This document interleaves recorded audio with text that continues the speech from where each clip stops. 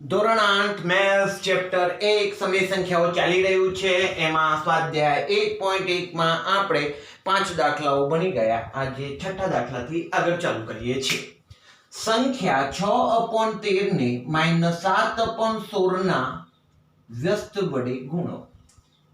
તો આના વ્યસ્ત વડે ગુણવાના છે. -7/16 ના વ્યસ્ત વડે ગુણો. તો અહીંયા લખું છું -7/16 નો વ્યસ્ત બરાબર -16/7 થાય. હવે સંખ્યાને ગુણવાના છે એટલા વડે, તો 6/13 ગુણ્યા વ્યસ્ત વડે ગુણવાના -16/7 બરાબર 16 × 96 ને 13 × 91. તો આ આપણી ગણતરી થઈ ગઈ. ચલો બીજો દાખલો લઈએ. 1/3 ગુણ્યા કૌંસમાં 6 ગુણ્યા 4/3 ની 1/3 ગુણ્યા 6 ગુણ્યા 4/3 આ બે કૌંસમાં છે. આ ગણતરી કયા ગુણધર્મના ઉપયોગથી કરી શકાય તે જણાવો. તો ચલો જોઈએ. અહીંયા બધા જ પદો ગુણાકારમાં છે ને અહીંયા પણ બધા જ પદો ગુણાકારમાં છે. આનો નંબર 1 1/3 નંબર 1 ઉપર, તો આ પણ 1/3 1 નંબર ઉપર. બીજા નંબર ઉપર 6, તો અહીંયા 6 પણ બીજા નંબર ઉપર. ત્રીજા નંબર ઉપર 4/3, તો ત્રીજા નંબર ઉપર પણ 4/3. મારો કહેવાનો મતલબ એવો થયો કે આ લોકોએ જગ્યા નથી બદલી, એમના એમ જ છે, નંબર વાઇઝ છે. પણ શું થયું છે જુઓ. અહીંયા 6 ગુણ્યા 4/3 એક જૂથમાં છે અને અહીંયા 1/3 ગુણ્યા 6 જૂથમાં છે. પેલા આ બે દોષ છે, અહીંયા આ બે જણ દોષ છે. 1/3 ગુણ્યા 6 એ બે દોસ્તીમાં છે. અહીંયા 6 ગુણ્યા 4/3 વાળા દોસ્તીમાં. મતલબ અહીંયા દોસ્તી બદલાય છે. કેવી રીતે? A ગુણ્યા B ગુણ્યા C.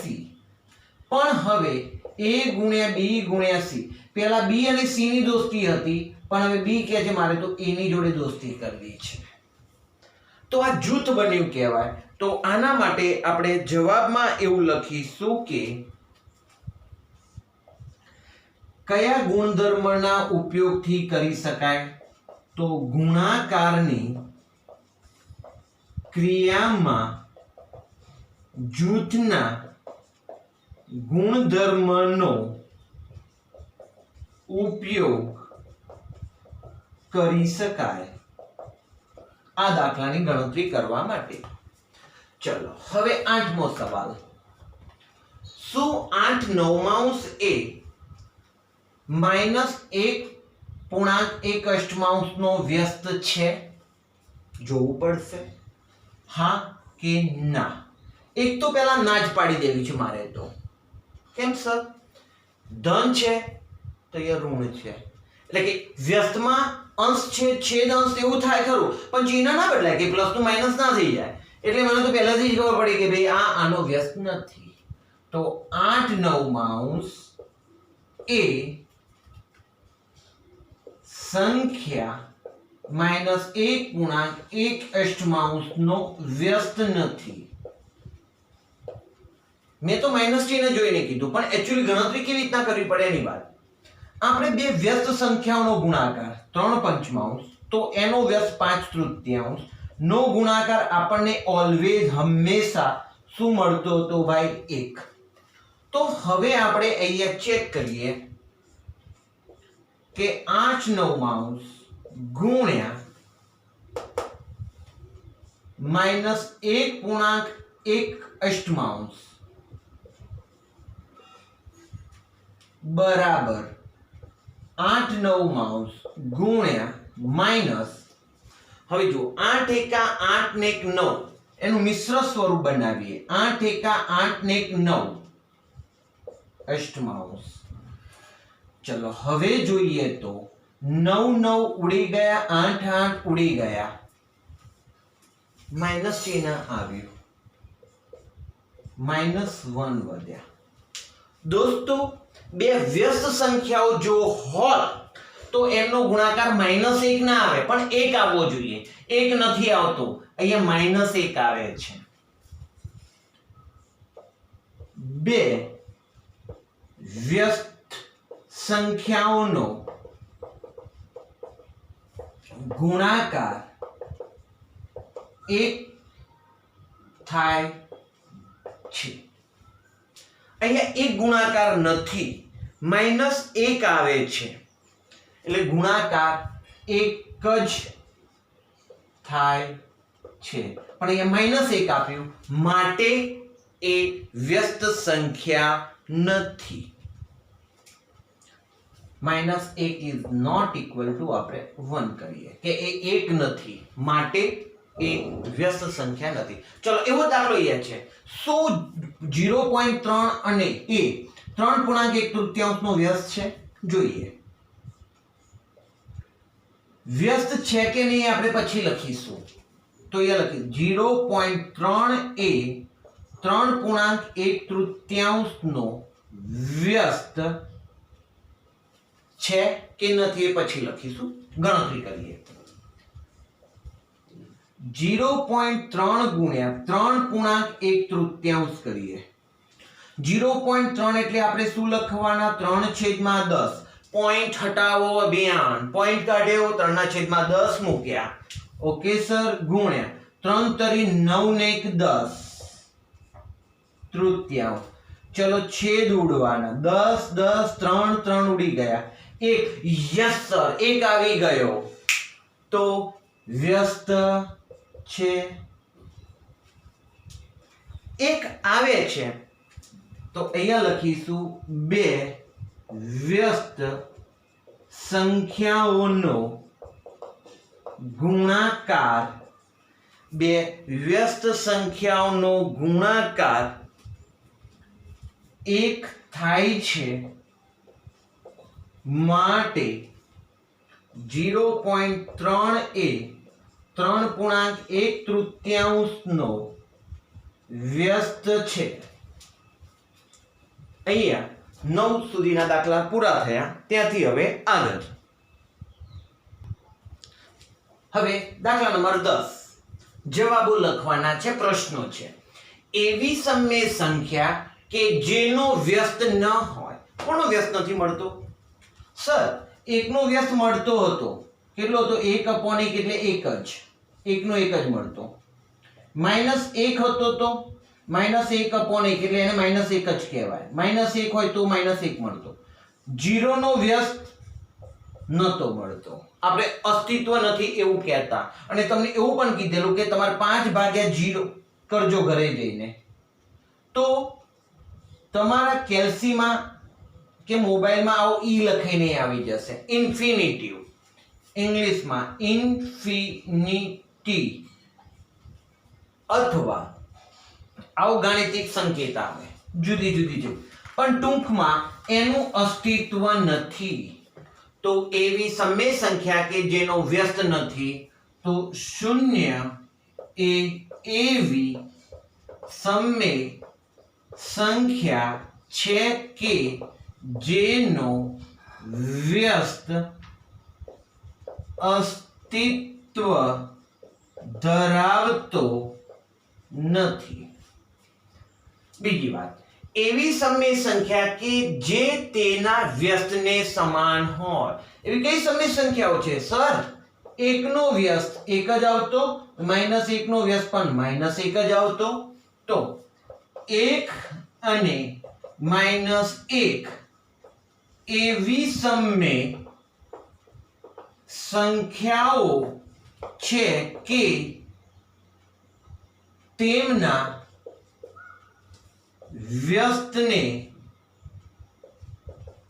સમાન છે. એટલે 1 ના વ્યસ્ત 1 અને -1 નો વ્યસ્ત -1 પોતે પોતાને સમાન છે. સેલ્ફ કહી શકાય, પોતે અને પોતે જ. એવી સમય સંખ્યા કે જે તેની વિરોધી સંખ્યાને સમાન હોય. ચલો 1 નો વિરોધી તો -1 સમાન ના કહેવાય. 5 નો વિરોધી તો -5 સમાન ના કહેવાય. પણ 0 નો વિરોધી કોણ? 0 સમાન. એમાં કે +0 -0 એવું નથી આવતું. તો એવી સમય સંખ્યા કે જે તેની વિરોધી સંખ્યાને સમાન છે તો 0 એ એવી સમય સંખ્યા છે કે જે તેની વિરોધી સંખ્યાને સમાન છે. 3 પ્રશ્નો પૂરા કર્યા. હવે દાખલા નંબર 11 સ્વાધ્યાય 1.1 નો લાસ્ટ દાખલો. ખાલી જગ્યાઓ પૂરો. શૂન્યનો વ્યસ્ત. સર હમણાં તો કીધું કે શૂન્યનો વ્યસ્ત અસ્તિત્વ ધરાવતો નથી, તો શૂન્યનો વ્યસ્ત અસ્તિત્વ ધરાવતો નથી. સંખ્યાઓ ખાલી જગ્યા અને ખાલી જગ્યા પોતાના જ વ્યસ્ત છે. કોણ પોતે પોતાના વ્યસ્ત છે? 1 અને -1. 1 અને -1. -5 ની વ્યસ્ત સંખ્યા. ભાઈ -5 હોય એના વ્યસ્ત કરવા હોય તો આપણે છેદમાં 1 લખતા. આ અંશમાં આ છેદમાં જતું તો શું આવશે? -1 પંચમાંશ. માઇનસ તો માઇનસ ચિહ્ન આવશે, વિરોધી થાય તો ચિહ્ન જાય. અહીંયા તો વ્યસ્ત કરવાનો છે એટલે ચિહ્ન નહીં જાય. 1/x ની વ્યસ્ત સંખ્યા વ્યસ્ત કરવા છે. x ઉપર ગયા, 1 નીચે આવે એટલે એને x જ કહીશું. બે સમય સંખ્યાઓનો ગુણાકાર હંમેશા ખાલી જગ્યા હોય. આપણે પહેલા જ ચેપ્ટર ચાલુ કર્યું ત્યારે પહેલા લેક્ચરમાં સમય સંખ્યા સમૃદ્ધ છે, ક્રમનો ગુણધર્મનું પાલન કરે છે, નથી, બધા ઘણા બધા તમારા માટે બોરિંગ લેક્ચરો હતા. પણ એમાં હતું કે બે સમય સંખ્યાઓનો ગુણાકાર હંમેશા સમય સંખ્યા જ હોય. મતલબ શું હતો યાદ કરો. સમય સંખ્યા ગુણ્યા સમય સંખ્યા બરાબર જવાબ આવતો હતો સમય સંખ્યા. એટલે બે સમય સંખ્યાઓનો ગુણાકાર હંમેશા સમય સંખ્યા જ હોય. હવે છેલ્લો સવાલ, ધન સમય સંખ્યાઓની વ્યસ્ત. કોઈ પણ ધન સંખ્યા લો, ચલો 3 પંચમાંશ, એનો વ્યસ્ત 5/3. આ સંખ્યા ધન છે તો આ પણ સંખ્યા કેવી મળશે? ધન. તો ધન સમય સંખ્યાઓની વ્યસ્ત સંખ્યા ધન હોય. તો અહીંયા આપણે સ્વાધ્યાય 1.1 પૂરો કર્યું અને ત્યારબાદ સ્વાધ્યાય 1.2 તરફ જઈએ. હવે નવો ટોપિક છે સંખ્યા રેખા પર નિરૂપણ કરો. તમારે અહીંથી આગળ સંખ્યા રેખાનું નિરૂપણ શીખવું છે તો દરેક સ્ટુડન્ટ્સ વિડિયો સ્ટોપ કરી ફૂટપટ્ટી પેન્સિલ લઈને બેસી જશે. પછી એમને જે સિસ્ટમથી સમજાવવામાં આવે એ પ્રમાણે પછી કામ કરશે. ચલો પહેલી વાત, સંખ્યા રેખા પર નિરૂપણ. આપણે સાહેબ આવી કઈક સંખ્યા રેખા વિશે જાણીએ છીએ કે અહીંયા 0 અને જમણી બાજુ ધન અંકો 1 2 3 4 5, એ જ રીતના આ બાજુ -1 -2 -3 -4. આ રીતના એનું નિરૂપણ કરવામાં આવે છે. હવે અહીંયા આને હું A કહું, આ બિંદુને હું B નામ આપું, આ બિંદુને C નામ આપું, તો એને ગણિતની ભાષામાં A ની સંગત સંખ્યા બરાબર -3 કહેવાય, B ની સંગત સંખ્યા બરાબર 1, C ની સંગત સંખ્યા બરાબર 5. હવે અહીંયા સવાલ એવો થશે કે સર 2 અને 3 ની વચ્ચે કેટલી સંખ્યાઓ? સર 2 અને 3 ની વચ્ચે તો કોઈ ના આવે, આપણે એવું જ કહી દઈએ જનરલ. 2 અને 4 ની વચ્ચે 3 આવે સાહેબ. હા, 2 અને 4 ની વચ્ચે 3 આવે, પણ 2 અને 3 ની વચ્ચે તો કોઈ દેખાતું નથી. પણ દોસ્તો ત્યાં આ 2 અને 3 ની વચ્ચે અસંખ્ય સમય સંખ્યાઓ આવેલી છે. અસંખ્ય સમય સંખ્યાઓ સાહેબ કઈ? તો જુઓ 2.1 2.2 2.3 2.4 2.5, આ રીતની અસંખ્ય સંખ્યાઓ તમને એમ થાય સાહેબ તો આટલું પૂરું ના થઈ ગયું? ના દોસ્તો, ત્યાંથી પાછું ચાલુ રહે. 11, 2.12, 2.13, 2.465, 2.779 આવી અઢળક સંખ્યાઓ આવે. આ બધી સમય સંખ્યાઓ છે.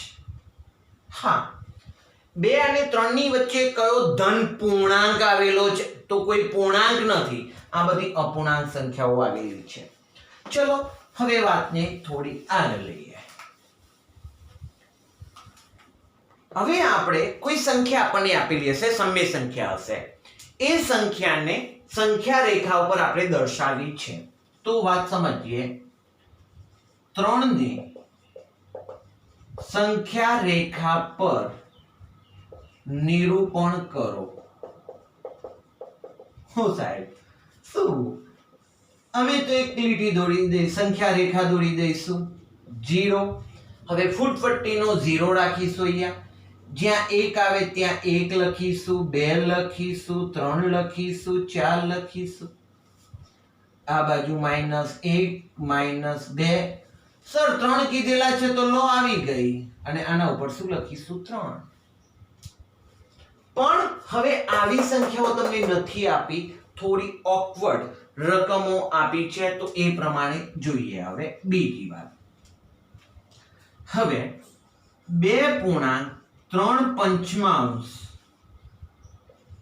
ને સંખ્યા રેખા પર નિરૂપણ કરો. જ્યારે પણ કોઈ સંખ્યાનું સંખ્યા રેખા ઉપર નિરૂપણ કરવાનું કહે ત્યારે આપણે પહેલા ધ્યાન એ રાખીશું કે આ સંખ્યા ક્યાં હશે, મતલબ અંદાજિત એનું સ્થાન ક્યાં હશે. તો આવી સંખ્યા અહીંયા હશે, આ બેની વચ્ચે હશે, અહીંયા હશે, અહીંયા હશે, અહીંયા હશે, અહીંયા હશે, ક્યાં હશે, એવો આપણે એક અંદાજ નક્કી કરવાનો છે. તો અંદાજ નક્કી કરવા માટે આપણે સૌથી પહેલા અહીંયા નજર કરવી.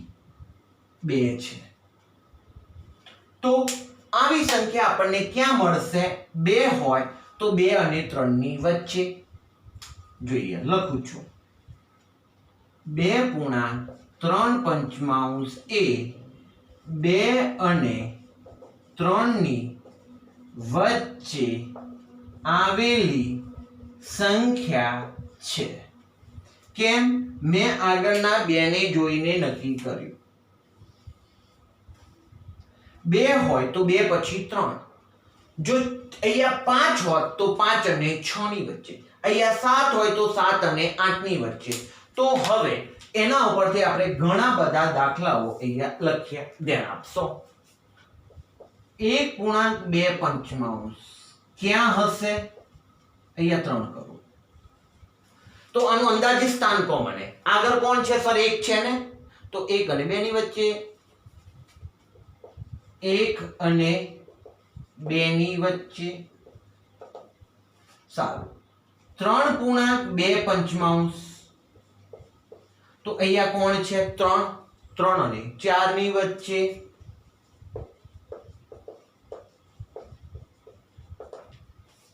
2 5 9 ક્યાં હશે?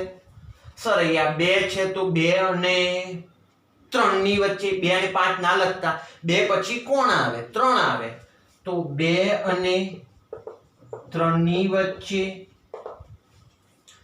સર હવે 3/5 જ ખાલી લખેલા છે, અહીંયા કોઈ દેખાતું નથી સાહેબ, કોઈ દેખાતું જ નથી સાહેબ. તો શું અહીંયા શું વિચારવાનું? 0. 0. સારું, આ ધન સંખ્યા છે કે ઋણ સંખ્યા છે? ધન સંખ્યા છે. 0. 0 પછી ધન બાજુ જાવ તો કોણ પહેલું આવે? 1. તો આવું આવે ત્યારે શું લખીશું? 0 અને 1 ની વચ્ચે.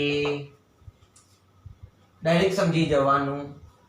ધારો કે હવે -2/5 આવે તો ચલો માઈનસ છે, અહીંયા કોઈ દેખાતું નથી. દેખાતું નથી મતલબ 0 રાખવાનો છે. 0 અને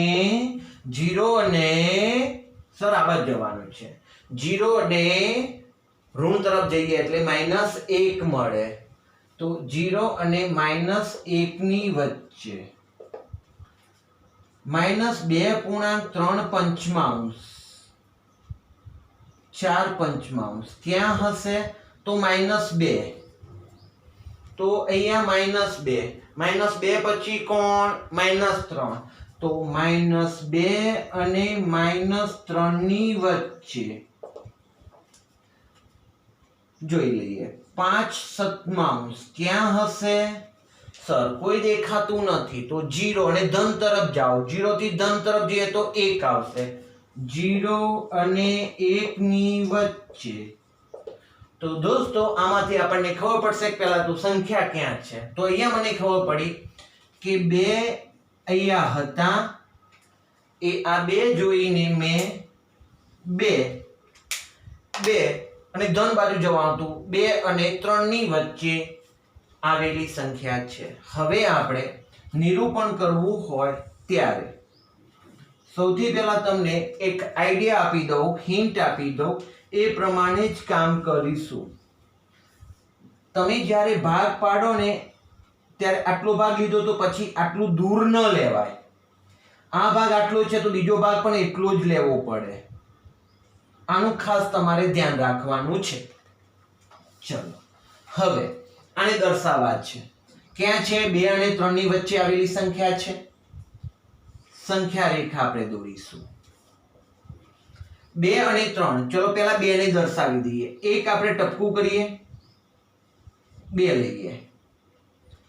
હવે ફૂટ પટ્ટીમાં આપણી જોડે સેન્ટીમીટર હોય છે. 0 1 2 3 4 5 6 સેન્ટીમીટર.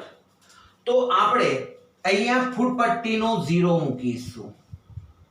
આપણી આ ફૂટ પટ્ટી હશે, એ ફૂટ પટ્ટીનો 0 2 ઉપર મૂકીશું. જ્યાં 1 આવતો હોય સેન્ટીમીટરનો, જ્યાં 1 આવતો હોય ત્યાં આપણે 1 ટપકું કરીશું, 2 આવતો હોય ત્યાં 2 કરીશું, 3 આવતો હોય ત્યાં 3 કરીશું, 4 કરીશું, 5 કરીશું. એ રીતના આપણે કરવાના છે. પણ હવે વાત સમજો, છેદમાં કેટલા છે? 5. તો આપણે આવા 5 ભાગ લેવા. આનાથી ખબર પડે ક્યાં છે એ ખબર પડશે, અને છેદમાં જોઈને, છેદમાં 5 છે તો 5 ભાગ થવા જોઈએ. 1 ભાગ, 2 ભાગ, 3 ભાગ, 4 ભાગ ને 5 ભાગ. અને 5 ભાગ થાય ત્યાં 2 પછી 3 લખી લેવો, એટલે 3 અહીંયા આવી ગયો, આ 2 અહીંયા આવી ગયો. 2 જોયા એટલે કીધું 2 અને 3 ની વચ્ચે. ચલો પેલા 2 લખ્યા, ઓકે. પછી 5 ભાગ પાડવાના. 1 ભાગ, 2 ભાગ, 3, 4 ભાગ અને 5 ભાગ થઈ ગયા. 5મા ભાગે લખી દીધા મેં 3. એટલે આપણને 2 અને 3 ની વચ્ચેની વાત હતી, તો 2 અને 3 એ આપણને બાઉન્ડ્રી મળી ગઈ. હવે એની વચ્ચે આને દર્શાવવા છે. તો જુઓ, એમાં ઉપરનો આંકડા ઉપર ધ્યાન આપો. કેટલા છે? 3 છે. તો ગણો. 1 અને 1 ના ગણાય. ફૂટપટ્ટીનો આપણે એ 0 મૂકતા હતા પહેલા. 1 2 અને આ 3. આ 3 છે. તો આ ત્રીજો ભાગ થયો એટલે 3/5. આ 5 ભાગ, એમાંથી આ 3 ભાગ એટલે 3/5. પણ 2 પૂર્ણાંકથી ચાલુ થયા માટે આને કહેવાય 2.3/5. આ રીતના સંખ્યા રેખા ઉપર નિરૂપણ કરી શકાય. આ તો ઈઝી જ હતો. આ દાખલામાં થોડું કન્ફ્યુઝન થયું. હજુ પણ આવા ઘણા દાખલા લઈએ, આવડી જશે ચપટીમાં. ચલો, 7/4 ને સંખ્યા રેખા પર નિરૂપણ કરો. તો અહીંયા આપણે પહેલા લખીશું 7/4. પણ 7/4 ને મિશ્ર સ્વરૂપમાં ફેરવી શકાય. 4 એકા 4, 3 વધ્યા. તો આને લખવું હોય તો શું લખાશે? 1.3/4. ઓકે સર, એક તો ખબર પડી ગઈ. હવે યાદ કરો, આ બિંદુ ક્યાં હશે? સર આગળ 1 છે તો આ અમારી સંખ્યા રેખા, અહીંયા અમારો 1, તો 1 પછી કોણ આવે? 2. તો 7/4 એ 7/4 બરાબર 1/3/4 એ 1 અને 2 ની વચ્ચે આવેલી સંખ્યા છે. શું કે હવે એને સંખ્યા રેખા પર નિરૂપણ કરવું છે. ચલો ફૂટપટ્ટીથી આપણે લીટી દોરીશું. પછી પહેલો કોણ છે 1, તો અહીંયા 1 દોરીશું. અહીંથી આપણે આ બાજુ જવાનું છે. કેમ સાહેબ? સંખ્યા રેખા પર આ બાજુ ધન અંકો હોય, આ બાજુ ઋણ અંકો હોય, અને આપણા જોડે ધન સંખ્યા છે એટલે એ બાજુ જવાનું છે. ચલો નીચે જુઓ કેટલા છે દોસ્તો?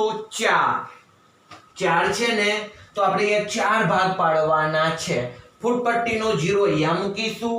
પછી 1 સેન્ટીમીટર આવે ત્યાં 1, બીજો સેન્ટીમીટર 2, 3 અને 4 ભાગ થઈ ગયા ત્યાં લખી દો 2. આપણી બાઉન્ડ્રી નક્કી થઈ ગઈ 1 અને 2. 1 અને 2 એની વચ્ચે 4 ભાગ થયા સાહેબ? 1 2 3 4. યસ, 4 ભાગ થઈ ગયા. ઉપર જુઓ ને કેટલા છે? 3. તો આને 0 કહેતા. ઉપર ફૂટપટ્ટી મૂકી દો 0, 1 2 અને 3. 1/3/4 એટલે તો આ લખાયા આપણા 1/3/4 એટલે તો શું કહેવાય? 7/4. તો આપણે સંખ્યા રેખા ઉપર આ 7/4 નું નિરૂપણ કર્યું. 1/3/4 એ જ છે આપણા 7/4. ફરીથી શું કર્યું? 7/4 મિશ્ર સ્વરૂપ લીધું. 1/3/4 થયા. આગળ આપણે 1 જોયા, 1 પછી કીધા 2 એટલે સંખ્યા ક્યાં આવેલી છે? 1 અને 2 ની વચ્ચે આવેલી છે.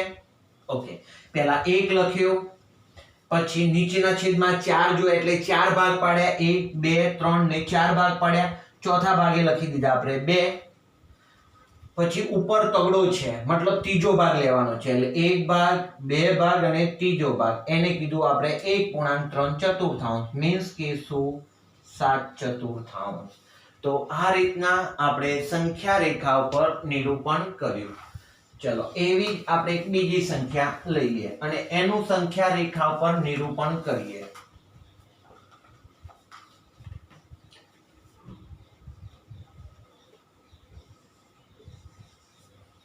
બીજી એક સંખ્યા છે -65. -65 ચોથી સંખ્યા લઈએ. -65 નું સંખ્યા રેખા પર નિરૂપણ કરો. ઓકે, તો અહીંયા પહેલા તો -65 સર માઇનસ છે તો અમે આમ જઈશું. ધન હોય તો આમ જઈશું. ઋણ છે તો આ બાજુ જઈશું. ઓકે, આગળ શું જોયું સર? માઇનસ જોયા છે. અહીંયા કોઈ દેખાય છે? ના સર, કોઈ દેખાતું ના હોય ત્યારે તમે કીધેલું 0 યાદ કરીશું. તો આ સંખ્યા ક્યાં હશે? તો -65 એ કોઈ દેખાતું નથી એટલે 0. ઋણ છે એટલે ઋણ તરફ જઈએ તો -1 પહેલો આવે. તો -65 એ 0 અને -1 ની વચ્ચે આવેલી સંખ્યા છે. It's okay. ચલો સંખ્યા રેખા પર નિરૂપણ કરીએ. ચલો સંખ્યા રેખા તમારી ફૂટપટ્ટીથી સરસ આકૃતિ બનાવવાની. શરૂઆત 0. સાહેબ અમારે તો ઋણ બાજુ જવાનું છે એટલે અમે તો આમ આકૃતિ. આમાં શું કર્યું આપણે? અહીંથી આમ આકૃતિ દોરી, રાઈટ? અહીંયા આપણે અહીંથી આમ દોરીશું. ચલો અહીંયા લખીશું પહેલો 0 અને -1. -1 આ બાજુ લેવાના છે. ચલો છેદમાં જુઓ સાહેબ 6 ભાગ પાડો. ફૂટપટ્ટીનો 0 મૂકવાનો અહીંયા અને 1 2 3 4 5 6 રીતના ભાગ લઈશું. ફૂટપટ્ટીનો 0 મૂક્યો આમ, પછી અહીંયા આવતો 1 2 3 4 5 6. 1 ભાગ 2 3 4 5 અને 6 ભાગ થઈ ગયા. અને છઠ્ઠા ભાગને આપણે શું કહીશું? -1. આ રીતના જ આવે ને તો 0 પછી -1 -2 -3 પણ 0 અને -1 ને આપણે ઝૂમ કર્યું છે, મોટું કર્યું છે અને એમાં નાના નાના ભાગ આવ્યા છે. ઓકે, ઉપર કેટલા છે સાહેબ? 5 છે. તો ગણી લઈએ. આ બાજુથી ગણવાના સાહેબ. તો 1 -5 છે, ઉપર 5 છે એટલે પાંચમો ઘાટ લેવો પડે. અને ફૂટપટ્ટીનો 0 હતો એટલે આને ના ગણાય. અહીંયા 1 2 3 4 5 અને આ આવી ગયું ભાઈ -65 માગેલ સંખ્યાનું નિરૂપણ થઈ ગયું. તો આપણે બે સંખ્યાઓનું નિરૂપણ સંખ્યા રેખા પર કર્યું. હવે સ્વાધ્યાય 1.2 માં આપણે દાખલા નંબર 1 અગાઉના બે સંખ્યા રેખા પર નિરૂપણ કર્યું એ દાખલા હતા, થઈ ગયા. હવે દાખલા નંબર 2 આવ્યો. સંખ્યાઓ -2/11 -5/11 -9/11 ને સંખ્યા રેખા પર દર્શાવો. દર્શાવી દઈએ સાહેબ. પહેલા તો જોઈ લઈએ કે -2/5 -5/11 અને -9/11 એ ક્યાં આવેલી છે? સર અહીંયા કોઈ નથી, 0 કહેવાય. અહીંયા પણ કોઈ નથી, 0 કહેવાય. અહીંયા પણ કોઈ નથી, 0 કહેવાય. અચ્છા, 3 3 ઋણ છે. આ બાજુ જવું ને કે આ બાજુ? આ બાજુ જાવ સાહેબ. તો 0 અને -1. અહીંયા 0 છે બધે, 0 ઋણ તરફ જાઓ તો 0 ને -1. તો એ 0 અને -1 ની વચ્ચે આવેલી સંખ્યાઓ છે. ચલો સંખ્યા રેખા ઉપર નિરૂપણ કરવું છે. થોડી સંખ્યા રેખા મોટી દોરીશું આપણે. ફૂટપટ્ટીનો અહીંયા 0 લઈશું. એટલે આમ જવાનું છે ને, ઋણ છે એટલે બધી આ બાજુ જઈશું. સર છેદમાં 11 છે, કઈ વાંધો નહીં, 11 ભાગ પાડીશું. ફૂટપટ્ટી આપણી છે 15 સેન્ટીમીટરની તો હોય છે, એના કરતા બી મોટી ફૂટપટ્ટી 30 સેન્ટીમીટર સુધી હોય છે. તો આપણે અહીંયા ફૂટપટ્ટીનો 1 લઈએ. અહીંયા 0 લઈએ, આમ પહેલા ફૂટપટ્ટી મૂકી દીધી. અહીંયા 0 આને કહીશું 1 2 ફૂટપટ્ટીનો 2 સેન્ટીમીટર આવતા હોય ત્યાં 3 4 5 6 7 8 9 10 11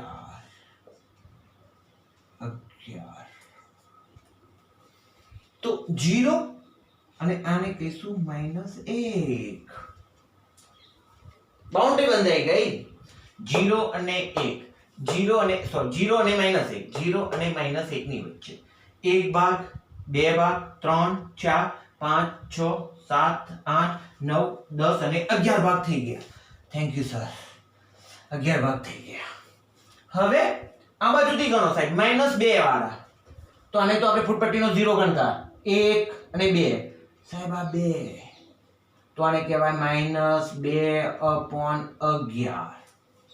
3 4 ને 5 તો આને કહેવાય -5/11.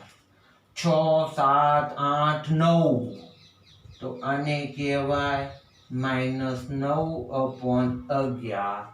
તો દોસ્તો આપણને સંખ્યા રેખા પર નિરૂપણ કરતા આવડી ગયું. હજુ એક કોમન સેન્સ નો એક્સ્ટ્રા એક દાખલો તમને શીખવી લો કે 2.7 ને સંખ્યા રેખા પર નિરૂપણ કરો. તો આનું નિરૂપણ કેવી રીતના કરીશું? તો આ પોઈન્ટ ની આગળ શું છે? 2 છે, કમ્પ્લીટ 2 છે. તો 2 અને 3 ની વચ્ચે કહેવાય. તો લખાશે 2.7 એ 2 અને કેમ આગળ બગડો છે, 2 અને 3 આવશે. એ 2 અને 3 ની વચ્ચે આવેલી સંખ્યા છે. ઓકે સર, હવે એનું નિરૂપણ કેવી રીતના કરીશું તો વાત સમજી લઈએ. આપણે એક સંખ્યા રેખા દોરીશું. મારી જોડે થોડી જગ્યા ઓછી છે પણ તમે સમજી જજો. અહીંયા લો 2 અને હવે તમે સમજો કે 2.7 તો એને આપણે શું કહીએ જનરલ 27/10. અહીંયા લખું 2.7 બરાબર 27/10. હવે એનો ભાગાકાર ભણીએ આપણે. તો 27 10 તો 10 દુ 20 અને 7 વધ્યા તો આને કહેવાય 2.7 રાઈટ. 2.7 તો 2 લખે પહેલા 2 અને 3 ની વચ્ચે કીધા. નીચે કેટલા છે સર 10 તો 10 સરખા ભાગ કરવાના. તે ફૂટપટ્ટીથી ફટાફટ આના 10 સરખા ભાગ કરી દેશો. 1 2 3 4 5 6 7 8 9 અને 10. 10 હોય ત્યાં લખાઈ જાય છે 3. ઉપરનો 7મો ભાગ લેવાનો. તો 1 2 3 આના લેવાય. હો આને 1 ના કહેવાય, 0 ગણીએ છે. 1 2 3 4 5 6 7 તો આને કહે છે ભાઈ 2.7 સંખ્યા રેખા ઉપર નિરૂપણ. તો આજના લેક્ચરમાં આપણે સંખ્યા રેખા ઉપર નિરૂપણ વિશે ભણ્યા. આજે અહીંયા સુધી રાખીએ છીએ. ધન્યવાદ.